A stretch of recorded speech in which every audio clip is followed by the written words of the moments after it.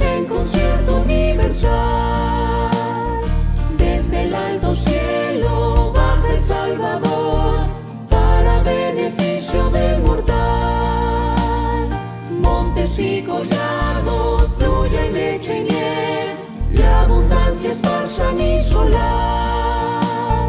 Gócense los pueblos, gócese Israel, que a la tierra viene ya la paz. Gloria, gloria sea nuestro Dios, gloria si cantemos a una voz. Y el cantar de gloria que se oyó en Belén sea nuestro cántico también.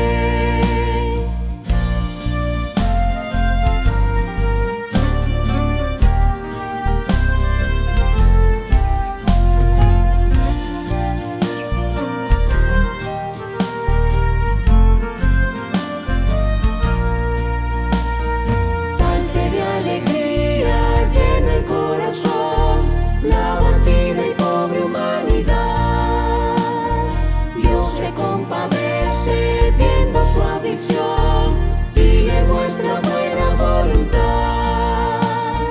Late en nuestros pechos noble gratitud hacia quien nos brinda redención, y a Jesús el Cristo que nos da salud tributemos nuestra adoración. Sea nuestro Dios, gloria si cantemos a una voz. Y el cantar de gloria que se oyó en Belén sea nuestro cántico también. Gloria, gloria sea nuestro Dios, gloria si cantemos a una voz.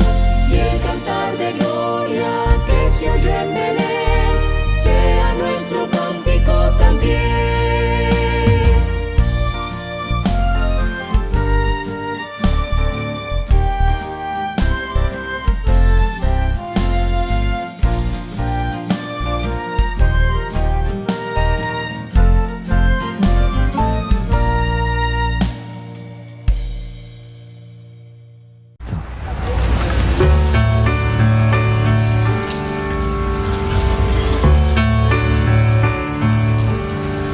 En densa oscuridad vagué, perdido en el error, la senda vana de placer a muerte me llevó, siendo rebelde a tu voz, quisiste amarme así, de no haber sido por tu amor, huí aún de ti.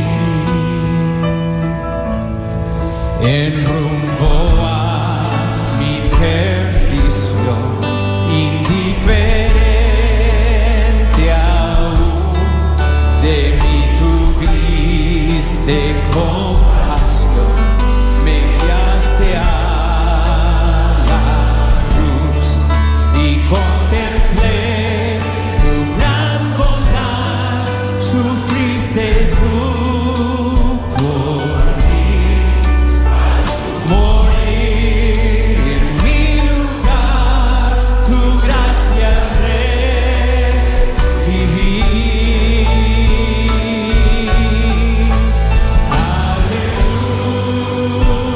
Aleluya, mi vida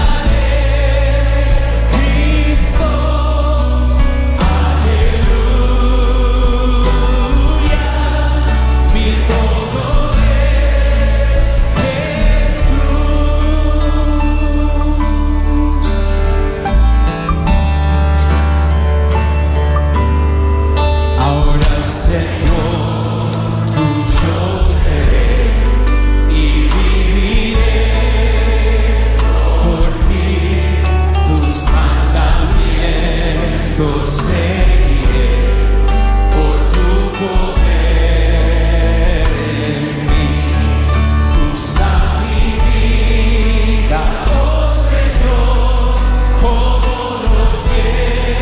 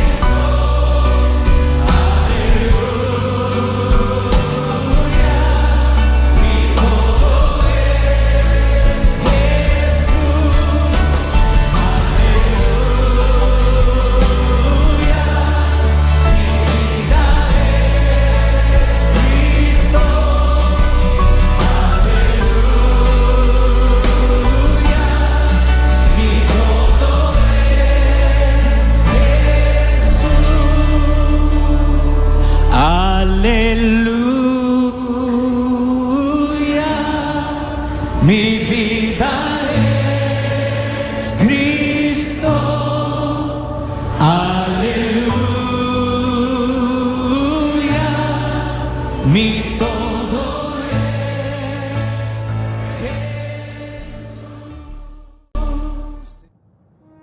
Este no es solamente un día más, es un día que se aparta para pensarlo mejor. Cuando todo parece oscuro y sin propósito en medio de la pandemia mundial y otros problemas, nos reunimos virtualmente para oír del amor de Dios. En este medio de comunicación oiremos su palabra y nos renovaremos en fe y la bendición celestial. Le invitamos a hacer de esto una visita al templo virtual. Bendito Dios, nos inclinamos reverentes ante ti para expresar nuestra alabanza y nuestra gratitud por la oportunidad que nos das de poder entregar esta palabra. Queremos bendecir de esta manera a quienes están en sintonía y asimismo esperar que la iglesia se pueda reforzar en cuanto a la doctrina, en cuanto a las cosas que tenemos que hacer en tu obra. Gracias desde ya, Señor, en el nombre de Jesús. Amén. Hemos estado predicando en los últimos meses sobre obras y enseñanzas del Señor Jesucristo. Y hoy día vamos a iniciar algo como congregación que nos va a ayudar a entender y a recordar los inicios de la iglesia cristiana. Es necesario interiorizarnos sobre ese tiempo del ministerio apostólico cuando ya no estaba la compañía física del Señor, pero con la preciosa llegada del Espíritu Santo a su iglesia. Más de 20 siglos de existencia han sido historia de fe y trabajo descomunal de la iglesia, enfrentando las huestes malignas del enemigo. Los anales cristianos cuentan con millones de mártires desde el primer siglo y también en nuestros mismos tiempos, porque aún siguen muriendo hermanos que son perseguidos por el solo hecho de creer y servir en la propagación del Evangelio. Hay etapas de grandiosa presencia divina en lo que ha sido la iglesia, pero también hubo, y hay aún, acciones que dañan la santidad y la fidelidad del liderazgo espiritual, porque hay liviandad de prácticas doctrinales y costumbristas que se han añadido incorrectamente, separando iglesias que llegan a enemistarse, vulnerando las enseñanzas del Señor. El libro de Hechos de los Apóstoles descubre las virtudes y las falencias de los discípulos que con esfuerzo abrieron paso a un crecimiento que siglos después se fue vinculando al poder político en diversos lugares, involucrando a la iglesia más allá de lo que debió ser. El poder que algunos reyes y gobernantes obtuvieron se debió a que la iglesia permitió por medio de algunos de sus dirigentes que sucedieran estas cosas. Las riquezas que esto le dio a la iglesia la dañaron por la inmoralidad inaceptable que practicaron muchos de los que desvergonzadamente predicaban de Cristo y de la santidad, usando falacia y podredumbre, llegando a negociar la salvación del alma por el valor del dinero y las posesiones. Esto hizo surgir una generación de líderes cristianos que se rebeló y que se separó la práctica de su fe y predicación de la iglesia cuestionada para así obedecer los mandamientos y ordenanzas del Señor, alejándose de los errores cometidos. A medida que vayamos entregando la palabra en uso del libro de los Hechos, trataremos de enseñar a quienes no lo sepan y recordar a los hermanos de la iglesia lo principal de la vida de los primeros cristianos. Comenzamos entonces con Hechos capítulo 1, en el primer versículo, con un título de Segundo Tratado de Lucas a Teófilo. Vamos a leerlo. En el primer tratado, o Teófilo, hablé acerca de todas las cosas que Jesús comenzó a hacer y a enseñar.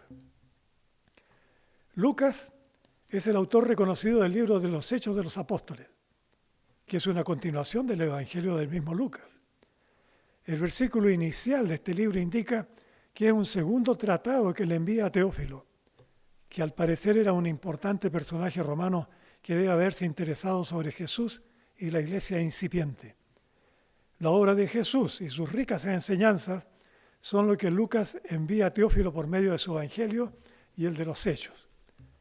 Teófilo es un nombre griego. sugerente, porque significa amigo de Dios o amado por Dios. Y Lucas es el único no judío que escribió en el Nuevo Testamento. Su nombre latino significa luminoso y en hebreo significa huracán. Era médico que acompañó al apóstol Pablo en diferentes lugares y Pablo lo llama el médico amado, allí en Colosenses 4:14, y lo recibió como compañero desde su segundo viaje misionero cuando salió de Troas, en Asia Menor. Lucas acompañó a Pablo en Jerusalén y Roma, en su estadía en la cárcel romana. Su escritura demuestra ser un griego clásico, manejándose también en lo semítico. Era un hombre docto, de buen vocabulario, conforme a lo que leemos en ambos libros. Y el Evangelio de Lucas dedica los últimos 4 versículos a la ascensión de Jesús. Y allí hay una palabra somera que nos da más detalles que la bendición del Señor Jesús a sus apóstoles, haciéndoles volver a Jerusalén con gran gozo, estando siempre en el templo, alabando y bendiciendo a Dios, como así dice el Evangelio. Los principales protagonistas del libro de Hechos son los apóstoles Pedro y Pablo, que figuran en diversas actividades que caracterizaron los inicios de la iglesia cristiana. Además, hay importantes intervenciones de otros siervos, como fue el diácono Esteban, el diácono evangelista Felipe, Bernabé, Silas y otros que vamos a ir mencionando a medida que entreguemos estas predicaciones. Sigamos entonces con el libro de los Hechos, ahora con los versículos 2 al 5 de este primer capítulo. Últimas instrucciones de Jesús. Hasta el día en que fue recibido arriba, después de haber dado mandamientos por el Espíritu Santo a los apóstoles que había escogido, a quienes también después de haber padecido se presentó vivo con muchas pruebas indubitables, apareciéndoles durante 40 días y hablándoles acerca del reino de Dios. Y estando juntos, les mandó que no se fueran de Jerusalén, sino que esperasen la promesa del Padre, la cual les dijo: oísteis de mí. Porque Juan ciertamente bautizó con agua, mas vosotros seréis bautizados con el Espíritu Santo dentro de no muchos días. Amén. Jesús estuvo con ellos, resucitado, durante 40 días informándoles sobre el reino de Dios. El Espíritu Santo ya aparece en el versículo 2 con mandamientos para los apóstoles. Y Lucas indica que el Señor estuvo vivo con ellos, dando pruebas indubitables de su resurrección, convenciendo de absoluta fe y razón a los primeros cristianos. Jesucristo ordenó que siguieran en Jerusalén, esperando la promesa del Padre que el mismo Señor les había dado. ¿Qué promesa es esta? Que Juan el Bautista los había bautizado con agua, pero que en los días siguientes serían bautizados con el Espíritu Santo. No sabemos si el grupo apostólico entendía del todo lo que era esto, pero ya vamos a ver estos temas en las próximas prédicas. Pedro y sus compañeros estaban al tanto de lo que era Jesucristo. Vivieron tiempos maravillosos acompañándolo en diferentes regiones. Eran testigos de sus intervenciones milagrosas y habían sufrido la mayor de las derrotas viendo la muerte del Maestro. La tristeza fue un peso que los derrumbó de su fe. Sus llantos deben haberlos desorientado sin saber qué hacer. Cuando la Magdalena fue a avisarles que Jesús había resucitado, no le creyeron. Sabían que había muerto, habían visto su cadáver colgado de la cruz y ellos no habían visitado la sepultura. Pero cuando fueron, Pedro y Juan solo hallaron los lienzos perfectamente enrollados que envolvieron al Señor. La visita post-resurrección del Señor confirmó su maravillosa resurrección. El Señor resucitado es la grandiosa prueba de la bendita obra redentora que ordenó el Padre Dios. Sigamos con los versículos 6 al 8. Anuncio del Espíritu Santo. Entonces los que se habían reunido le preguntaron diciendo: Señor, ¿restaurarás el reino de Israel a este tiempo? Y les dijo: no os toca a vosotros saber los tiempos o las sazones que el Padre puso en su sola potestad, pero recibiréis poder cuando haya venido sobre vosotros el Espíritu Santo, y me seréis testigos en Jerusalén, en toda Judea, en Samaria y hasta lo último de la tierra. Amén. Los apóstoles ya habían consultado anteriormente, antes de la crucifixión, qué cargos, qué liderazgo iban a tener cuando se restaurara el reino de Israel. Jacobo y Juan se plantearon candidaturas de poder, lo cual molestó a los otros porque también se les habían adelantado, porque las dudas y las intenciones eran prácticamente las mismas, las de todos. Marcos 10, 35 y 45 así lo señala. Pero no fue la única vez. En plena etapa de la resurrección preguntaron si el reino de Israel sería restaurado con Jesús como líder principal.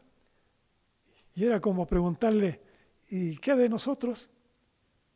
Querían buenos cargos a asumir, prestigio, poder, etc. Y no solo Marco dejó constancia de esto en el Evangelio de su nombre. La pregunta o petición se reitera en Mateo capítulo 18 y 23, en Marcos capítulo 9, en Lucas capítulos 9 y 22. Estaban preocupados ellos. ¿Qué puesto les iban a dar cuando asumiera el Señor? No entendían lo que Él ya les había dicho, que el mayor tiene que servir al menor. Y que cuando le lavó los pies les dio el principal ordenamiento de lo que significa el amor de Dios, altura espiritual, entrega de la vida al prójimo. Ese es el liderazgo cristiano, exento de prebendas y de mezquindades. Jesús los puso a todos en su lugar. Ustedes no tienen autoridad para saber lo que el Padre puso en su sola potestad. Pero cuando venga sobre ustedes el Espíritu Santo, me seréis testigos en Jerusalén y hasta lo último de la tierra. Testigos, no jefes, no mandatarios, no ejecutores de poder civil o religioso. ¿Y qué pasa en estos tiempos? ¿Cuántos profetas? ¿Cuántos apóstoles? ¿Cuántos ministros que se levantan ambicionando reconocimientos? Cosas que Jesús no aprueba. El texto final del Evangelio de Mateo, que llamamos la Gran Comisión, es casi exacto a lo que dice Hechos 1:8, donde Jesús expresa que recibirían poder cuando el Espíritu Santo viniera sobre ellos y que la ordenanza del testimonio a toda criatura en todas las latitudes del mundo serían la principal ordenanza a cumplir por ellos y los futuros creyentes. Cada iglesia cristiana tiene esa responsabilidad. Y en este tiempo hay distintas estrategias que se tienen que llevar a cabo. Los templos cerrados aún nos impiden las reuniones presenciales debido a los riesgos amenazantes del virus COVID-19. Sin embargo, como iglesia hemos mantenido las lecciones de la escuela dominical y los cultos dominicales usando Facebook y YouTube, más el contacto de WhatsApp y teléfono con los miembros de la congregación. La iglesia sigue viva, sigue propagando, incluso con mayor despliegue de enseñanza y predicación en las redes sociales. Es un tiempo especial que nos hace añorar el contacto personal, pero que nos pule, que nos guarda en esta era de peligrosas enfermedades y de carencias en la economía de algunos hermanos en la fe. La obra del Espíritu Santo no se detiene y tenemos que cultivar en familia la oración, la lectura bíblica, porque la vida sigue su curso y nada ni nadie nos hará declinar en la obra que nos corresponde hacer en honor y honra al Señor. Vamos a los versículos 9 al 11. Mirando al cielo. Y estando ellos con los ojos puestos en el cielo, entre tanto que él se iba, he aquí se pusieron junto a ellos 2 varones con vestiduras blancas, los cuales también les dijeron: varones galileos, ¿por qué estáis mirando al cielo? Este mismo Jesús que ha sido tomado de vosotros al cielo, así vendrá como le habéis visto ir al cielo. Amén. Mirar al cielo es algo que el ser humano ha hecho siempre. Dios le dio a Noé algo tan bello como es el arco iris, una maravilla que festejaba toda la limpieza celestial de la tierra recién reciclada y hermoseada después del diluvio. Es la señal del pacto que hizo Dios con Noé. Y en la noche, nuestros ojos siempre se posan en las innumerables estrellas que adornan y que acompañan nuestro satélite lunar. Mirar hacia arriba también tiene un significado de lo espiritual, porque sabemos que Dios está en su trono de gloria, en lo más alto que podemos imaginar. Mirar lo alto es acercarse a Dios. Significa mucho para quienes creemos, y por eso cuando los apóstoles miraban a las alturas, era porque la figura del Señor Jesucristo se iba yendo cada vez más lejos, cada vez más arriba, hasta que fue cubierto por una nube. Y dos ángeles, dos varones de vestiduras blancas se pusieron junto a ellos y les preguntaron, ¿por qué miran al cielo?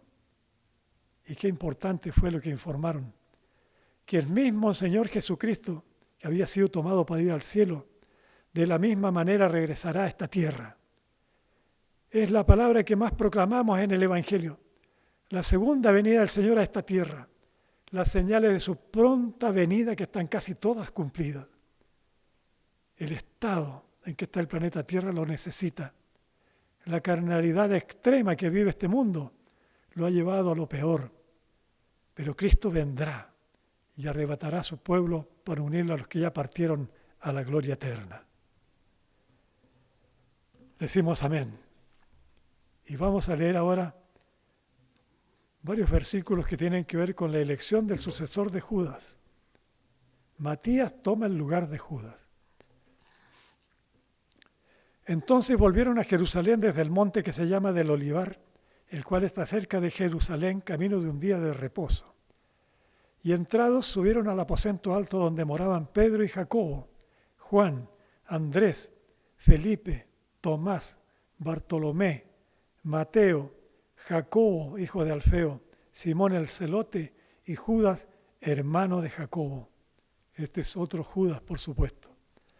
Todos estos perseveraban unánimes en oración y ruego con las mujeres y con María, la madre de Jesús, y con sus hermanos.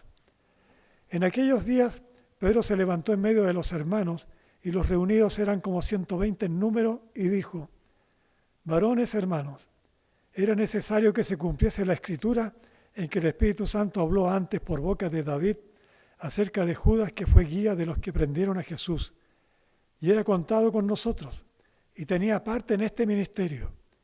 Este, pues, con el salario de su iniquidad, adquirió un campo y cayendo de cabeza se reventó por la mitad y todas sus entrañas se derramaron. Y fue notorio a todos los habitantes de Jerusalén, de tal manera que aquel campo se llama en su propia lengua Acéldama, que quiere decir campo de sangre, porque está escrito en el libro de los Salmos, sea hecha desierta su habitación y no haya quien more en ella, tome otro su oficio. Es necesario pues que de estos hombres que han estado juntos con nosotros todo el tiempo que el Señor Jesús entraba y salía entre nosotros, comenzando desde el bautismo de Juan hasta el día en que de nosotros fue recibido arriba, uno se ha hecho testigo con nosotros de su resurrección. Y señalaron a dos, a José, llamado Barsabás, que tenía por sobrenombre Justo, y a Matías.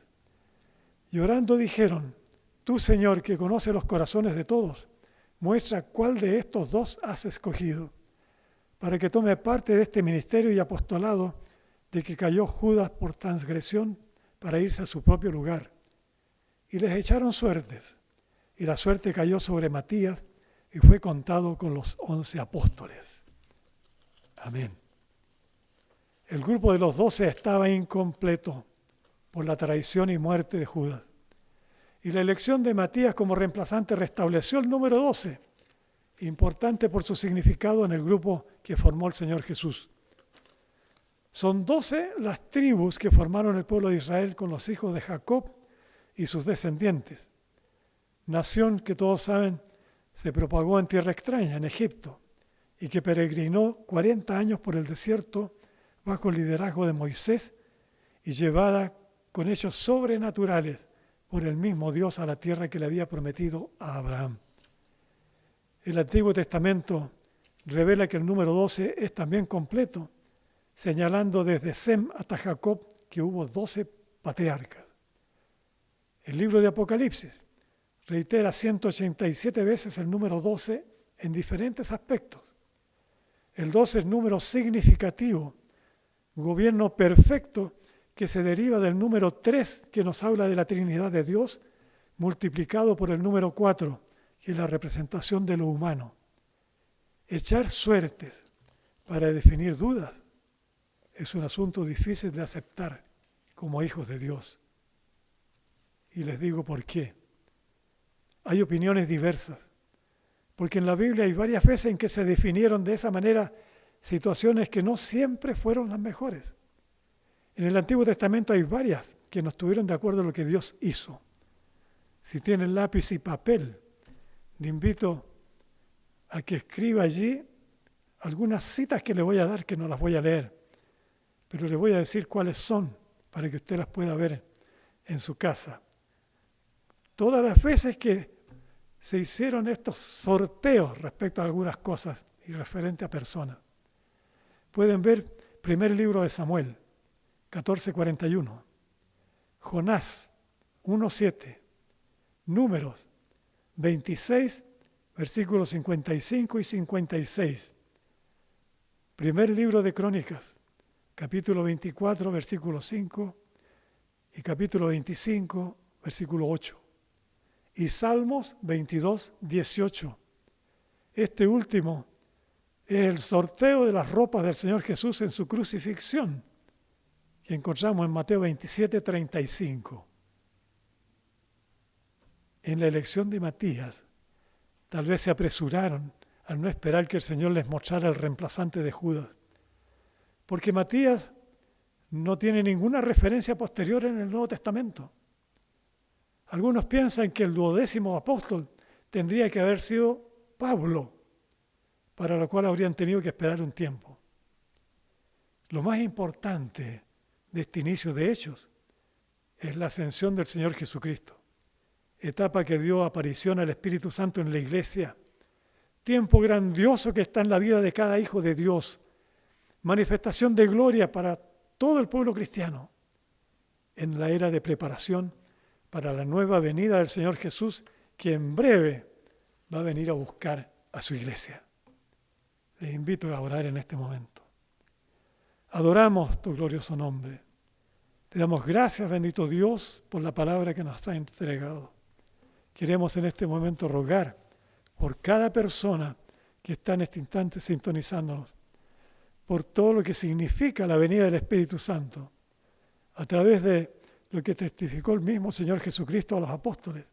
Pero ahí está ese Espíritu Santo llenando nuestra vida, llenando todo lo que somos como tus hijos y siervos, buscando de qué manera, amante Dios, podamos continuar en todo este trayecto que nos está obligando a la pandemia. Por eso encomendamos en tus manos todo lo que sucede y te damos gracias, amante Dios, por tu misericordia y por tu amor. Gracias en el nombre de Jesús. Amén.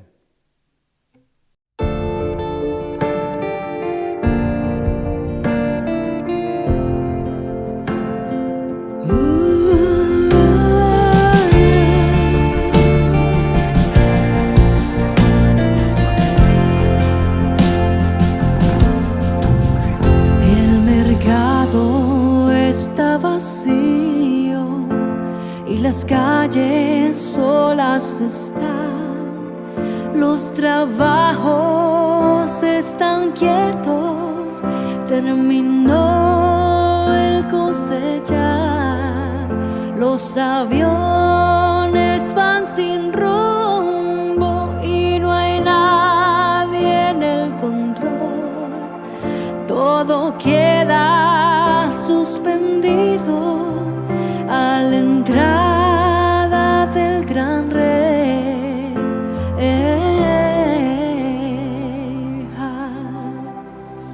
El rey ya viene, oh, el rey ya viene, ya se escuchan las trompetas y su rostro veo ya. El rey ya viene.